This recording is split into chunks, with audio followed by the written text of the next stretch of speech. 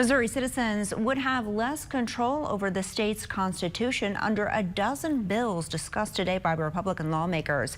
Capitol Bureau Chief Joe McLean is in Jefferson City with the latest on what Republicans describe as their #1 priority this year.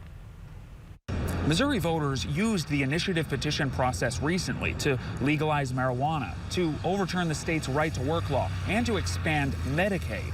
Now they want to use it to lift the state's abortion ban. And that's a big reason why many Republican senators want to make that method more difficult.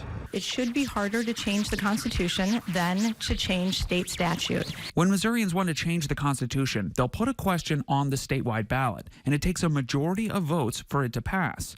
But most of the 12 resolutions being talked about today in the Missouri Senate would add a requirement that the amendment also win a majority of the state's congressional districts to be adopted. Other versions tie the vote to the state's House districts, and others to the state's Senate districts. It's similar to the system that the Electoral College uses when picking a U.S. president. Republicans argue it's just too easy right now for citizens to change the Constitution, and that doing so undermines them as lawmakers. Frankly, also overturns the will of the people and all of the amount of time that people have spent trying to elect representatives and senators who hold their views, that they do an end run around it, often with money from out of state.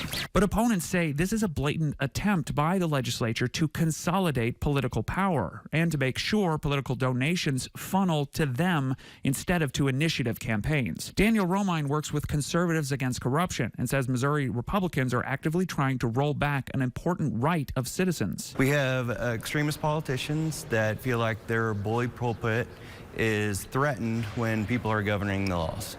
And these hearings are meant to figure ways to diminish the voice of the people. Many others spoke out against the resolutions, saying they only create an avenue for state lawmakers to ignore the will of the voters. Elected Republicans have said updating the ballot initiative process is their top priority in 2024. In Jefferson City, Joe McLean, WGEM News.